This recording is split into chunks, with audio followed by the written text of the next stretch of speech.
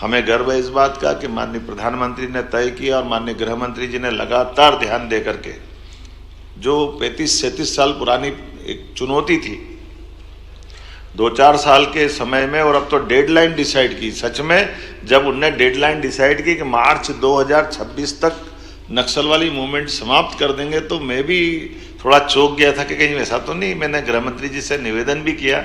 हमने कहा नहीं बिल्कुल चिंता मत करो, ये समय सीमा में हो जाएगा। बड़ा सुन के अच्छा भी लगा। लेकिन बीते साल जब बात की, क्योंकि मैं अपने राज्य की दृष्टि से अगर देख के बताऊंगा तो आप सब जानते हैं हमारा भौगोलिक रूप से इतना बड़ा मंडला बालाघाट डिंडोरी का क्षेत्र, जिसमें रिजर्व फॉरेस्ट इतना बड़ा,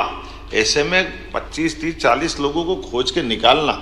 यही चुनौती रहती। और वो फॉरेस्ट के इलाके में जब मोबाइल टावर काम नहीं करते हैं, बिजली की लाइन के भी संकट रहते हैं, जंगली जानवर चारों तरफ बिखरे हुए, गांव की अंदर की भी स्थिति कैसी है कि लगातार 20-25 साल तक लाल सलाम ने जो माहौल बनाया कि फॉरेस्ट के अधिकारी से लेकर के सारे लोग, लेकिन ये सौगात भी मिली कि पहले तो हमारे अपने भी इस घटनाक्रम में बहुत दर्दनाक हादसे हुए। बीते साल जिस आशीष शर्मा को हमने प्रमोट करके टीआई बनाया, कुछ समय पहले उनकी बलिदान भी हुआ, ये दर्दनाक भी था। लेकिन मुझे इस बात की प्रसन्नता के कुछ अच्छे पुलिस अफसर जिनने खुद ने मांग कर बालाघाट की ड्यूटी ली, मैं अपने आईपीएस अधिकारियों को बधाई देना चाहूँगा। आमतौर पर आईएएस आईपीएस पे कई बार सुविधा की और तमाम प्रकार की बातें आती हैं, लेकिन यहाँ के अपने इस राज्य के बहादुर अफसरों ने पोस्टिंग मांग के लिए और टारगेट लिया कि हाँ हम ये करके देंगे। आईजी संजय भी ऐसे घूम रहा जैसे जवान, मोटरसाइकिल से लेकर के लंबे समय तक ये आईपीएस अधिकारी ऐसे काम करे, ये हम सबके लिए गर्व की बात है। और जब समेकित रूप से काम करते हैं तो उसका रिजल्ट भी आता है कि आज वो इतने बड़ी भयंकर चुनौती थी। मैं मान के चलता हूँ विकास के काम तो सब है ही, लेकिन एकदम सबसे बड़ा अगर कोई काम है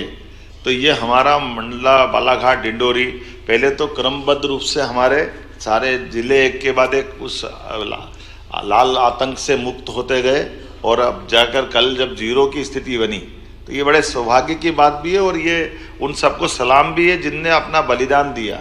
हमारे कई सारे जवानों ने, हमारे आम नागरिकों ने इसकी कीमत चुकाई है। इसलिए हमने कहा कि 1 साल के अंदर 10 दुर्दांत आतंकवादियों के समान या नक्सलाइटों को हमने ढेर किया मैदान में, और ये संदेश दिया कि आप अगर लड़ना चाहते हो तो हमारा पुलिस फोर्स आपसे निपटने में सक्षम है,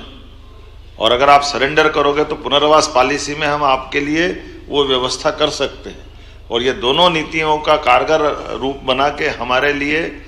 कुछ हमने जब मोबाइल फ़ोन उनके टेप सुने थे तो आखिरी में तो ऐसी स्थिति बनी थी कि दलों के अंदर इस बात की होड़ लगी कि पहले सरेंडर कौन कर रहा है। और हमने आखिरी परिणाम देखा कि 42 दिन में 42 सरेंडर हुए और 10 नक्सलाइटों को ढेर किया। तो ये एक बहुत बड़ी चुनौती थी पुलिस के लिए और प्रशासन के लिए। अब ये अलग बात है कि अब हम वापस उस बालाघाट मंडला डिंडोरी के अंदर जिन भी कारणों से ये पनपा फैला था, हम उसको अंदर से उस तरह के तंत्र को भी मजबूत करें कि दोबारा ये सांप अपना फन नहीं